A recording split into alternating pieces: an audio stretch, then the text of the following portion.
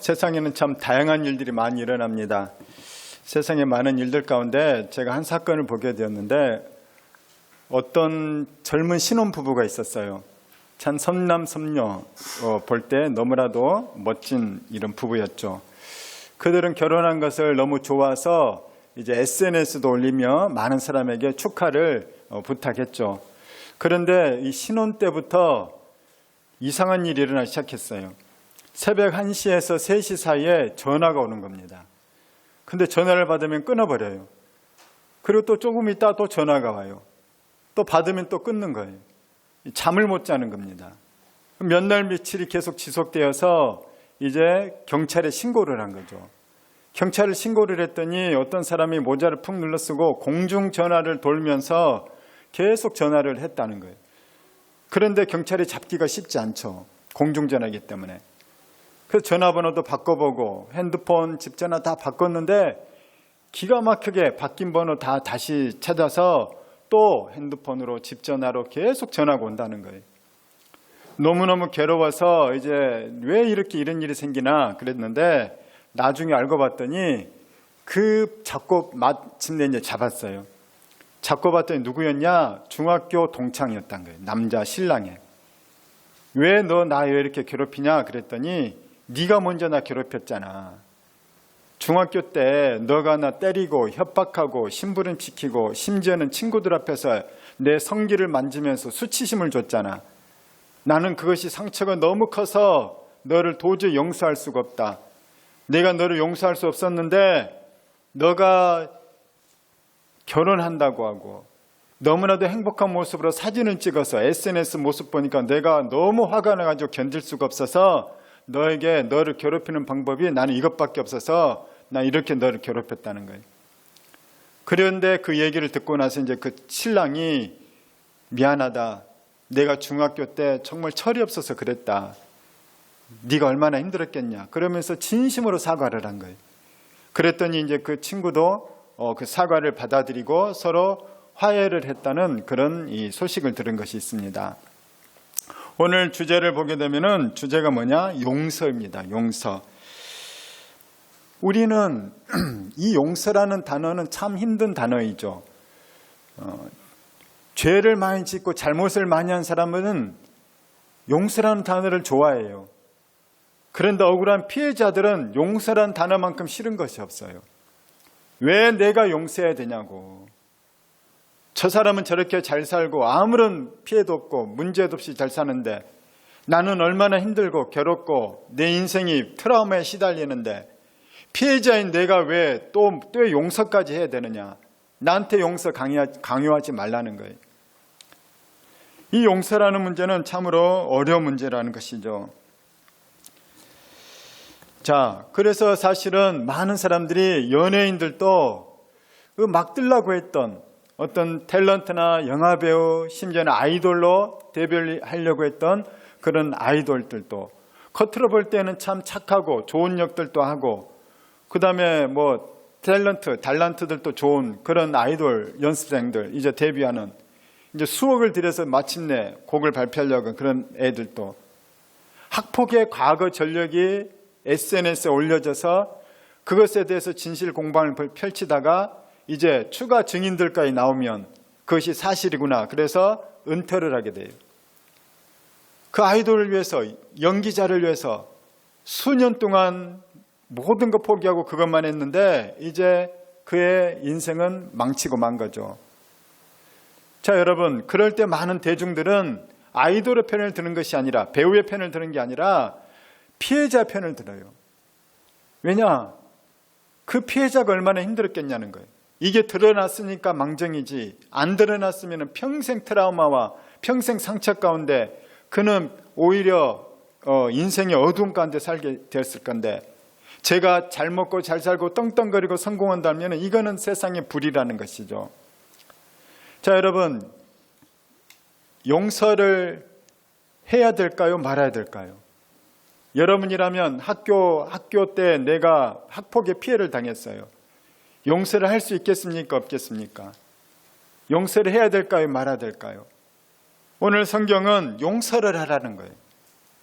너무나도 아름다운 내용이죠. 내가 피해를 안 받으면 너무 아름다운 내용이에요. 그러나 내가 피해자라면은 이것만큼 듣기 싫은 소리가 없어요. 왜 나한테 용서까지 강요를 하느냐. 피해 당한 것도 억울한데.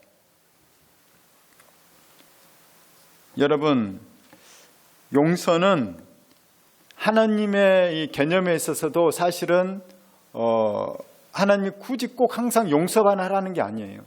사실은 하나님의 성경의 전체적인 큰 메시지는 뭐냐? 죄의 삭슨 사망이에요. 죄의 삭슨 사망이 창세기 아담부터 나와요. 아담이 죄를 지었으므로 너는 사망이라는 거예요.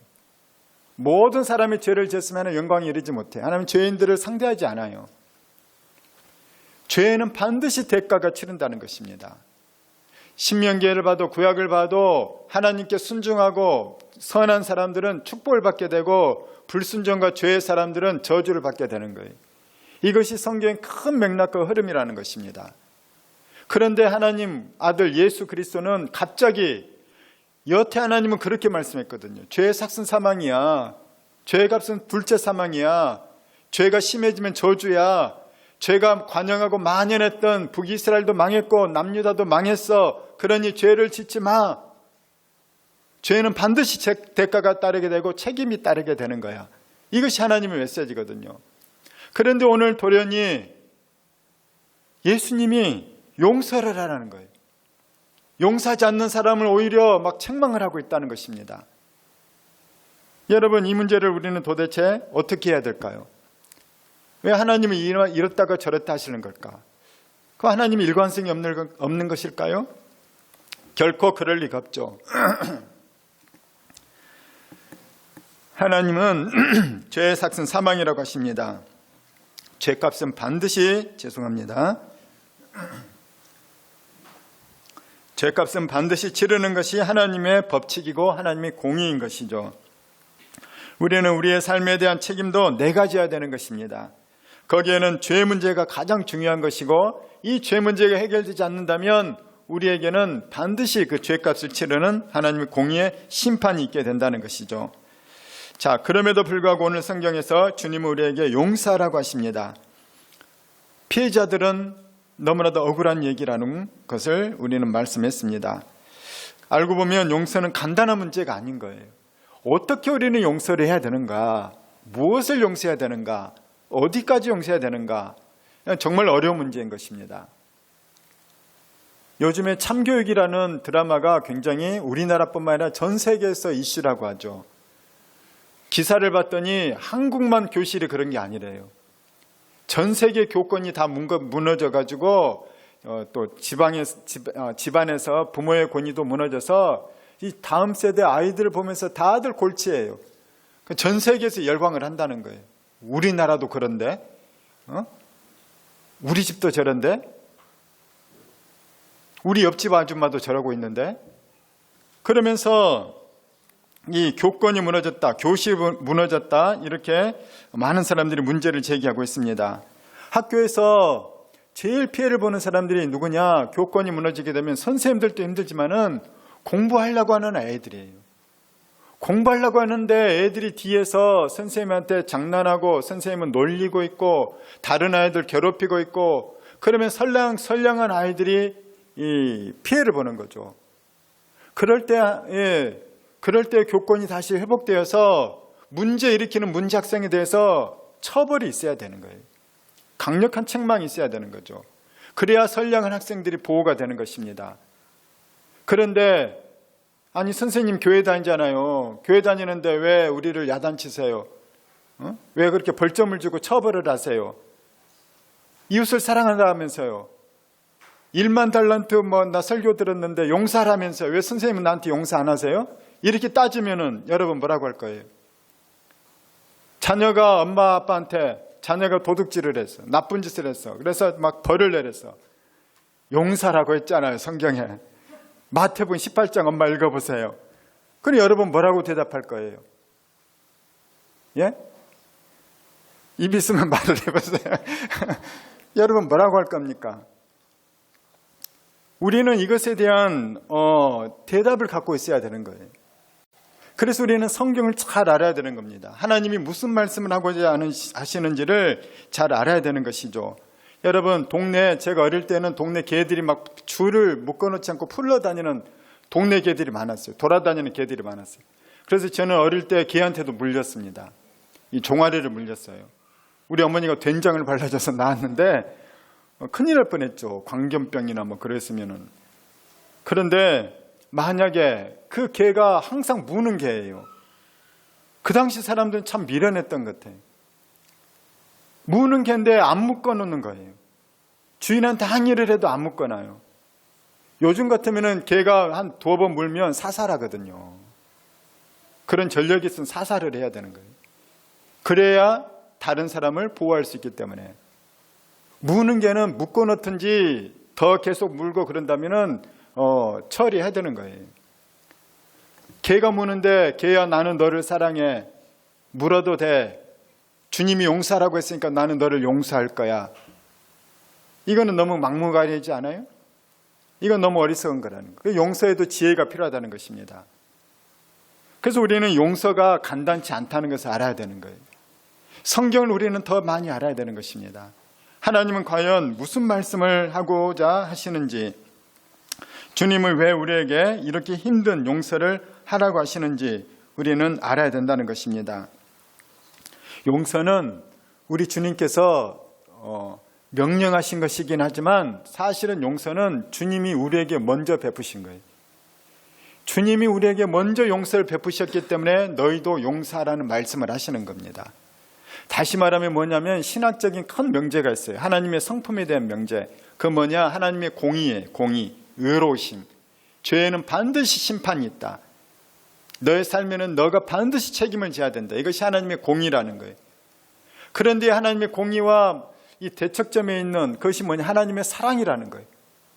사랑은 오래 참고, 사랑은 모든 것을 품어주고, 사랑은 기다려주고, 사랑은 이해해주고, 사랑은 관용해주고, 이거라는 거예요. 그래서 하나님의 사랑과 하나님의 공의는 늘 부딪히는 것처럼 느껴진다는 거예요. 이것이 우리 인간의 한계인 것입니다. 아니, 사랑 안 하면서 이거 하면 공의가 무너지고, 공의를 내세우면 사랑이 무너지는 거예요. 그런데 하나님이 둘 다를 만족시키는 분이라는 거예요. 그 둘 다를 만족시키는 장소가 예수 그리스도의 십자가죠. 예수님의 십자가에는 하나님의 공의가 있고 하나님의 사랑이 있어요. 죄의 삭은 반드시 사망이다. 그래서 예수님이 죽으신 거예요. 희생제물로 죄값으로 죽어버리신 거예요. 죽임을 당하신 거죠. 이것이 하나님의 공의예요. 하나님의 죄값을 치른 것이 있기 때문에 우리에게는 하나님의 사랑이 풍성히 임하는 거예요. 마음껏 사랑하는 거예요. 내가 죄값을 치렀으니 너는 죄값을 안 치러도 돼. 여기서 주님의 죄값은 뭐냐? 구원을 위한 죄값인 거예요. 그래서 누구든지 예수 믿으면 구원받는다는 거예요. 이 구원의 죄값은 순식간에 이루어집니다. 왜냐하면 그 죄가 작아서가 아니에요. 죄는 너무너무 크고 엄청나고 이거는 도저히 지울 수도 없고 갚을 수도 없는 죄가 우리 인간의 죄예요. 그럼에도 불구하고 예수 그리스도의 능력이 그 우리의 죄보다 훨씬 크다는 거예요. 하나님의 아들의 그 권능과 사랑이 훨씬 크다는 거예요.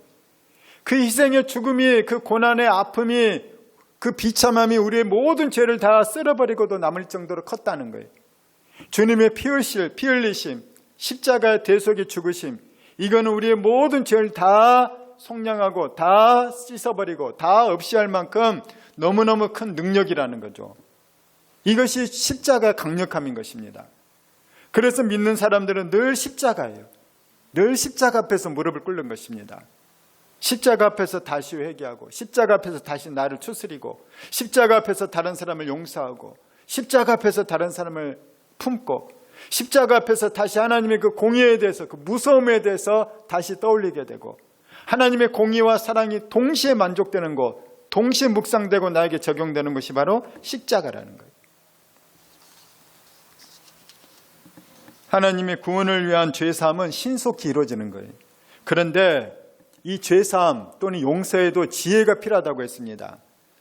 무슨 말이냐면은 우리의 죄사함, 구원을 위한 이 용서는 신속하게 이루어지는데 우리 인격을 위한 죄사함은 지연이 이루어지는 거예요.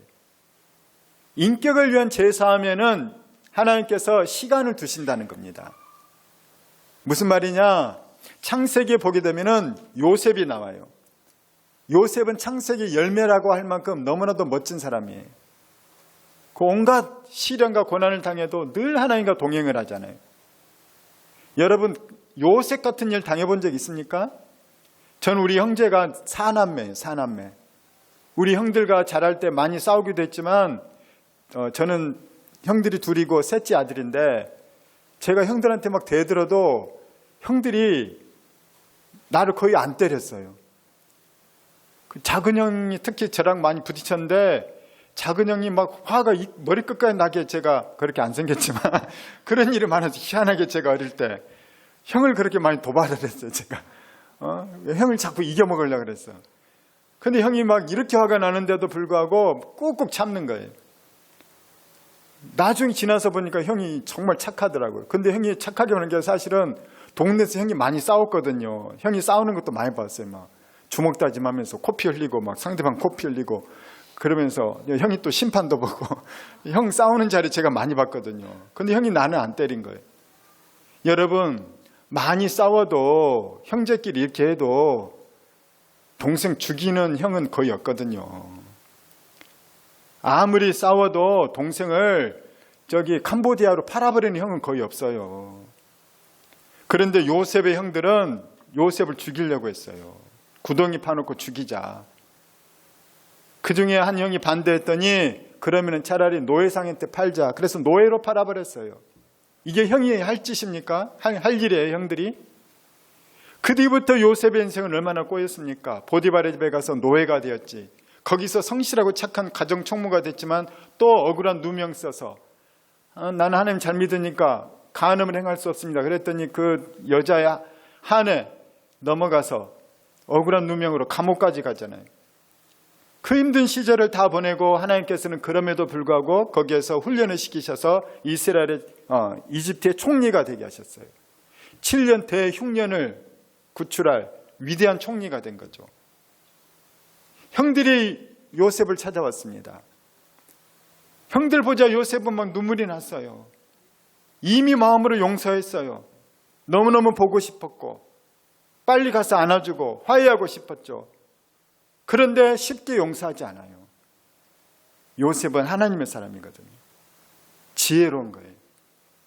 이렇게 섣불리 용서하면 안 되는 거예요. 그건 값싼 은혜가 되는 거죠. 그래서 요셉은 형들에게 여러 가지 제안을 해요. 동생을 데려와라. 그리고 돈을 막 집어넣었다고. 또 동생 데리고 와서 얼굴 봤더니 동생 가는 길에 동생 이 속에 자루 속에 은화를 집어넣어서 다시 체포를 해요. 너희들이 나의 재물을 훔쳐갔다. 억울하죠, 형들이. 우리가 무슨 재물을 훔쳤다고 그러십니까? 그랬더니 그럼 뒤져봐라. 그랬더니 뒤졌더니 막내 이 베냐민의 자루에서 이 은화가 나오는 거예요. 그랬더니 도둑놈들 그러면서 다 잡아가죠. 얼마나 억울했겠어요. 그들이 그때 뭐라고 얘기하느냐? 우리 죄 때문이다. 우리가 팔아먹은 요셉이 얼마나 억울했을까? 우리가 이제서야 죄값을 받는구나. 그러면서 그때 형들이 막 회개를 하는 거예요. 그리고 유다가 내가 대신 감옥에 갇힐 때니까 우리 아우마는 제발 아버지한테 보내달라. 막 이 형들이 울고 불고 막 때를 쓰는 거예요. 부탁을 하는 거예요. 그리고 이제 나중에서야 요셉이 그 시간이 지나고 형들이 충분히 회개를 했을 때 자기 잘못을 절실하게 느꼈을 때 그때서야 자기 정체를 밝히고 형들과 부둥켜 안고 진정한 화해가 이루어지게 된다는 거예요. 용서에는 이 요셉과 같은 용서가 있다는 거예요. 이거는 구원을 위한 용서가 아니에요. 인격의 변화를 위한 용서라는 거예요. 진정한 용서는 뭐냐? 그냥 유야무야 넘어가는 게 아니에요. 진정한 축복은 뭐냐? 그 사람이 변화되는 거예요. 그 사람의 인격이 변화되는 것입니다. 그래서 요셉은 빨리 용서하고 싶었지만 빨리 용서하지 않아요. 하나님도 우리에게 그런 일이 많으세요. 나는 잘하고 있는 것 같은데 왜 나에게 고난이 있을까? 왜 나에게 어려움이 끊이지 않을까? 물론 세상이 타락하기 때문에 의인들이 당하는 욕과 같은 고난이 있을 수 있어요. 악한 영이 하는 그런 공격도 또한 우리가 당하는 고난이기도 합니다. 그런데 하나님이 제일 관심 있는 것은 나예요. 나. 그리스도의 장성한 분량까지 나를 성장시키는 것이 하나님 목표예요. 내가 변화되는 것. 육신의 정욕에 따라 살아가던 내가 성령의 사람으로 변화되는 것. 세상에 물들어서 살아가던 내가 하나님 나라와 의를 위해서 살아가는 내가 되는 것. 짐승과 같은 본능으로 살아가던 내가 그리스도의 인격과 성품으로 변화되는 것. 우리 하나님은 그렇게 나를 변화되기를 원하신다는 거죠. 그런데 이것은 모든 사람이 다 해당이 되는 거예요. 그 누구도 안심할 수 없어요. 목사든 장로든 누구든 아무도 완성된 사람은 없다는 것입니다.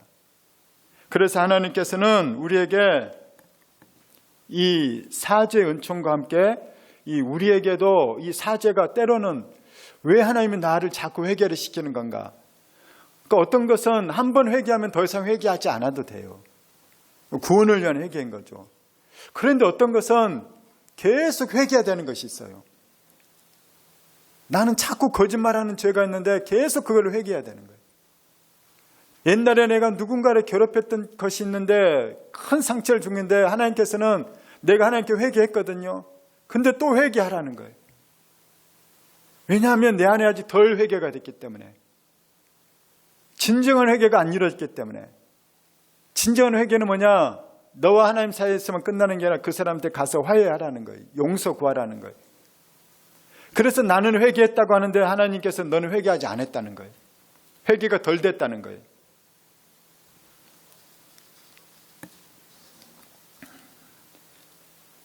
우리에게 용서한다는 것은 이렇게 간단한 문제가 아니고 또 용서한다는 것은 굉장히 지혜가 필요하다고 하였습니다. 우리가 용서를 할 때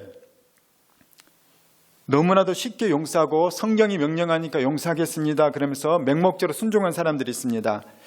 어떤 사람은 진짜 믿음의 사람인 거예요. 그런 사람 참 인생이 편해요. 하나님이 용서하라고 했으니까 용서하지 뭐. 그런데 또 용서는 하되 그 개를 묶어놓든지 또 도살을 하든지 이것은 대책을 세우는 거거든요. 용서는 하되 대책은 또 세워야 되는 경우도 있는 거예요. 그래서 다시는 그런 일이 재발하지 않도록 그 대책을 마련해 놓는 거예요. 용서만 하는 게 아니라 대책을 마련하는 거예요. 반에서 떠드는 애가 자꾸 나오면은 뭔가 대책을 마련하는 거예요. 무조건 용서하는 게 아니라. 이게 진정한 용서인 것이죠. 자, 우리가 또한 용서를 할 때 어떤 경우에는 거짓 용서가 있어요. 분명히 용서가 안 됐는데 성경이 용서하라고 했으니까 용서하지 뭐 그러면서 넘어가는 경우가 있다는 거예요. 그런데 돌이켜보면 그게 자꾸 올라와요. 사실은 불쑥불쑥 올라오는 거예요. 이건 용서가 덜 된 거예요. 앙금이 남아있다면 이건 용서가 덜 된 거예요. 그거는 가짜 용서인 것이죠. 근데 내가 속는 거예요.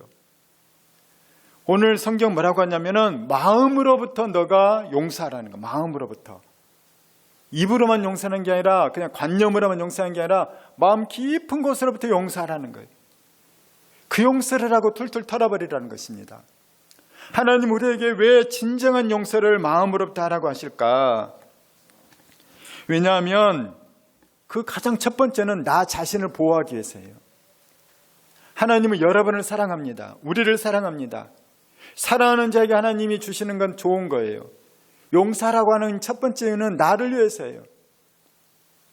폴 틸리라는 신학자는 주님이 우리에게 용서하라고 하신 것은 그 상대방이 아니라 나를 보호하기 위해서라는 거.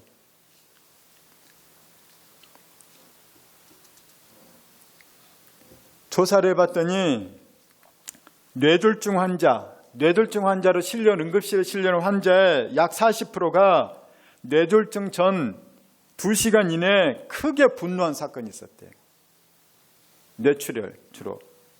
2시간 안에 큰 분노의 사건이 있었을 때 혈관에 문제가 생기는 거예요. 스트레스 호르몬이 급증하게 되고 심장 박동이 막 강력해지게 되고. 영국 런던 대학교 연구팀이 조사를 했습니다. 종합 분석, 메타 분석을 한 결과 그 마음의 분노와 적대감을 품은 사람들은 건강한 사람들에 비해서 관상동맥 질환, 심장병 이런 확률이 약 20% 이상 높고, 그의 이 검사를 해봤던 스트레스 호르몬인 코르티졸이 분비가 훨씬 높게 일어나고, 또 자율신경계 교란이 일어나며 염증, 체내 염증 지수와 혈전, 피떡이라고 하죠. 그것이 많이 생성된다는 거예요. 그러니까 용서하지 않고 미워하고 증오하면은 몸이 망가진다는 겁니다. 이런 연구는 너무나도 많아요. 미국 하버드 대학 의과대학에서도 똑같은 비슷한 연구를 했습니다. 뇌 영상, MRI를 찍고 또 MRA를 찍어서 이 만성적인 분노와 증오에 사로잡힌 사람들이 뇌 혈류량이 어떻게 변화가 되고 또 떨어뜨리고 감소해야 되는지, 그리고 뇌 신경세포에 손상이 일어나는지, 그런 사람들은 치매도 빨리 걸린다는 거예요. 뇌 조직이 수축되고 위축된다는 것입니다. 이 독일의 예나 대학에서도 비슷한 연구를 또 하였죠. 분노와 미움의 감정은 사람의 맥박이 빨라지게 하고 고혈압이 노출될 위험을 훨씬 크게 한다는 거예요. 그러니까 몸이 문제가 생기는 거예요. 미움과 분노, 용서하지 않는 사람은 그 사람의 마음은 둘째치고 몸이 망가지는 거예요. 마음도 망가지고 몸도 망가지는 거죠. 만성적인 신체의 고통에 시달린다는 거예요. 마음의 트라우마와 우울과 이 상처에 시달릴 뿐만 아니라 몸도 아프고 시달린다는 거죠. 때문에 만성적인 증오와 미움은 상대방이 아니라 내 몸에 독을 지속적으로 주입하는 것과 같다는 거예요. 이 남아공에서 민주주의 운동으로 그가 아마 30년 이상 감옥에 갇혔을 거예요. 넬슨 만델라가 있어요. 넬슨 만델라. 얼마나 큰 핍박을 받았습니까? 그가 무슨 말을 하는가? 그가 얼마나 미워했겠어요. 그 백인 지도자들을. 그런데 그가 용서를 하거든요. 화해를 해요. 그가 한 말이 있습니다. 용서하지 않는 것은 독을 마시고 상대방이 죽기를 바라는 것과 같다. 내가 용서하지 않는 것은 내가 독을 마시면서 저 사람이 죽기를 바란다는 거예요. 내가 먼저 죽는다는 거예요. 그 용서해. 내가 살려면 용서하라는 거죠. 마틴 루터킹 주니어는 이렇게 얘기합니다. 용서는 당신이 원수에게 주는 선물이 아니다. 그것은 당신 자신에게 주는 선물이다. 여러분을 사랑하길 축복합니다. 용서하지 않는 것은 나를 학대하는 거예요. 미워하고 증오하는 것은 나를 학대하는 것입니다. 그런데 이것이 정신적인 문제뿐만 아니라 신체적인 문제뿐만 아니라 더 큰 건 뭐냐? 영적인 문제가 생기는 거예요. 악한 영은 늘 합리적인 근거를 갖고 우리에게 들어와요. 합리적인 근거가 있으면 우리에게서 나가지 않습니다. 뭐냐? 우리 안에 미움과 증오는 죄예요, 죄. 내가 피해자인데 계속 죄를 짓고 있는 거예요. 미움과 증오가 내 속에 있으면 죄를 근거로 악한 영은 자리를 잡아요. 그걸 견고한 진이라고 얘기를 합니다. 견고한 진은 부서지지가 않아요. 내가 계속 미워하고 용서하지 않는 마음이 있으면 아무리 사역을 해도 부서지지가 않아요. 쓴뿌리라고도 얘기를 해요.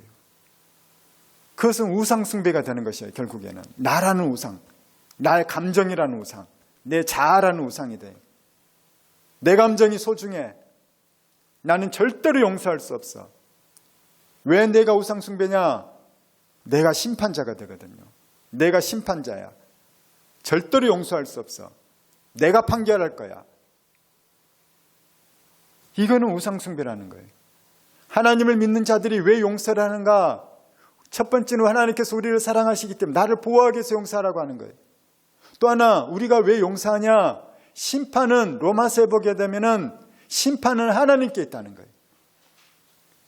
심판은 하나님 건데 왜 너가 심판하냐는 거예요. 이것은 믿음의 고백인 것입니다. 주님이 왜 우리에게 용서하라고 하느냐? 그 사람을 심판하지 않겠다는 게 아니에요. 내가 그 사람 용서해도 하나님이 심판하셔요. 너가 심판하려고 하면 너가 다친다는 거예요. 국가가 심판하든지 누가 심판해야지 내가 심판하면 내가 다쳐요. 끝까지 용서하지 않는 미움과 증오의 마음을 갖고 있으면 내 몸이 다치고 마음이 다치고 내 영이 다치는 거예요. 하나님은 나를 소중하게 여기기 때문에, 나를 사랑하시기 때문에 용서하라는 것입니다. 심판은 나에게 달렸으니 내가 심판할 거다. 이 땅에서 심판할 거든지 아니면은 최후의 심판 때 앞에서 반드시 심판할 것이니 너는 너를 소중히 여기라는 거예요. 그래서 주님께서는 우리에게 용서하라는 것입니다. 오늘 보면은 1만 달란트 빚진 자가 나와요. 더 중요한 이유가 있어요. 1만 달란트는 1달란트가 얼마입니까? 6천 데나리온이요. 뒤에 주보를 보십시오. 6천 데나리온은 얼마나 가격이 될까요?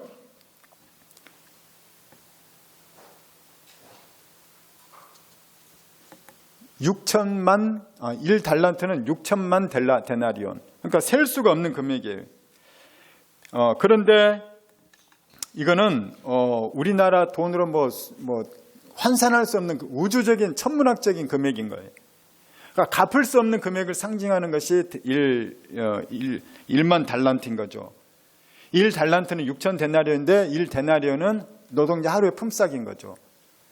갚을 수 없는 큰 빚을 진 자가 왕에게 빚을 져서 그가 왕에게 사정을 했더니 왕이 탕감을 해줬어요. 없는 걸로 해줄게. 그런데 이 사람이 자기는 그렇게 큰 은혜를 받고 가면서 누구를 만났느냐? 자기한테 100데나리온 빚진 자예요. 그러니까 100데나리온은 100일치 임금인 거예요.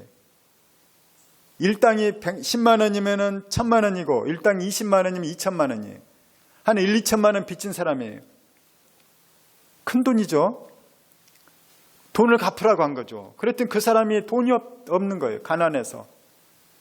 네가 나중에 꼭 갚을 테니까 시간을 좀 달라. 그랬더니 안 된다. 당장 멱살 목을 막 잡았다는 거예요. 그리고 감옥에 집어넣어버렸어요. 고소해서. 그 소식을 왕이 듣고 나서 1만 달란트 빚진 자를 다시 부릅니다. 내가 너에게 탕감해줬던 거 무효다. 다시 돈 갚아라.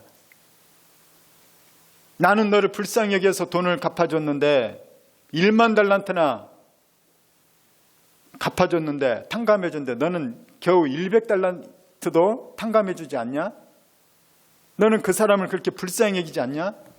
너는 불쌍히 여김을 받고 나서 왜 저 사람은 너는 불쌍하게 여기지 않냐는 거예요. 자, 27절입니다. 27절 시작. 그 종의 주인이 불쌍히 여겨 놓아 보내며 그 빚을 탕감하여 주었더니 그 주인이 1만 달란트 빚진 자한테는 불쌍히 여겨서 갚아줬다는 거예요. 딴 게 없어요.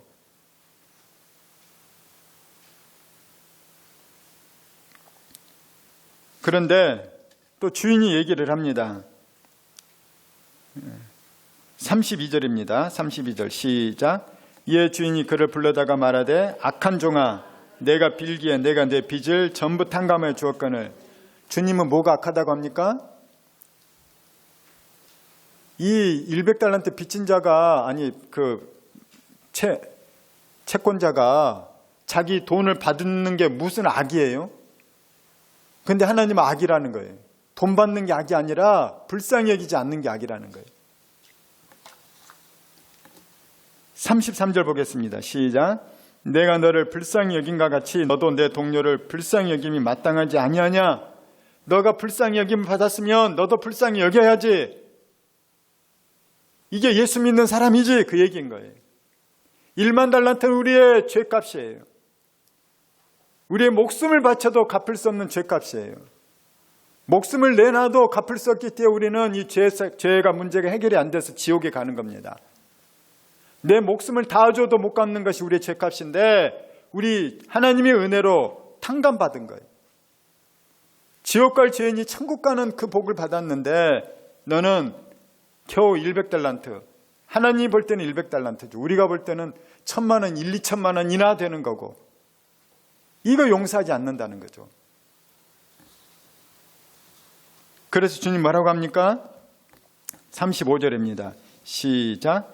너희가 각각 마음으로부터 형제를 용서하지 아니하면 나의 하늘 아버지께서도 너희에게 이와 같이 하시리라. 이 말은 뭐냐? 복음을 얘기하는 것입니다. 십자가 은혜가 얼마나 큰 희생과 대가를 치렀는지를 우리에게 알려주는 거예요. 너가 얼마나 엄청난 대가로 구원받았는지 아니? 1만 달란트보다 더 값진 것 때문에 그거를 값을 치르고 너의 죄값을 다 사함받은 거야. 그렇게 큰 걸 너가 받았어. 그 큰 은혜를 받은 사람은 이제 은혜를 베풀면서 살아야지. 그 얘기인 거예요, 오늘 말씀은. 쉽게 용서하라는 게 아니라, 그냥 유야무야 모든 거 다 넘어가라는 게 아니라 주님의 은혜를 강조한다는 거예요. 그리스도인들이 그래서 마음에 은혜를 품고 살라는 것입니다. 팀 켈러 목사님이 이렇게 얘기해요. 우리는 용서받았기 때문에 용서하는 사람들이다.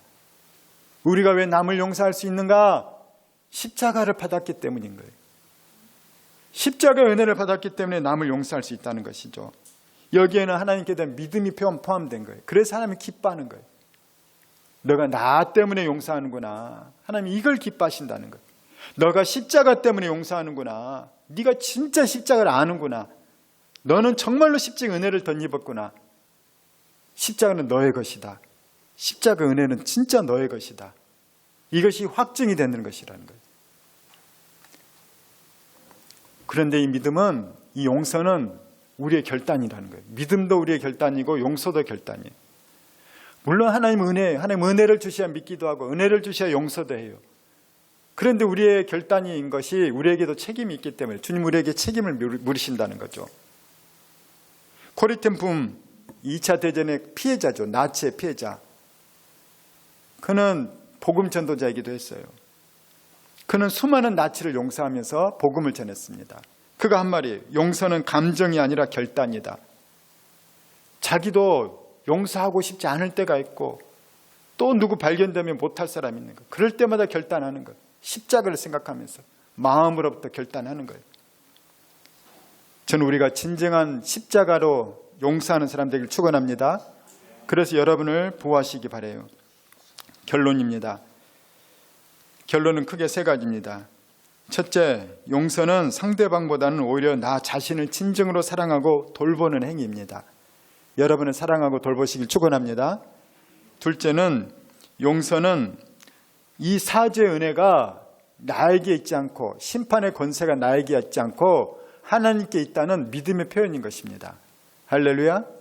세 번째, 용서는 예수 그리스도의 십자가의 은혜가 1만 달란트 빚진 자의 탕감해 준 것만큼 무한한 우주적이고 천문학적인 엄청난 은혜라는 것에 대해서 우리로 하여금 다시 한번 깨닫게 하는 하나님의 은혜의 이야기라는 것이죠.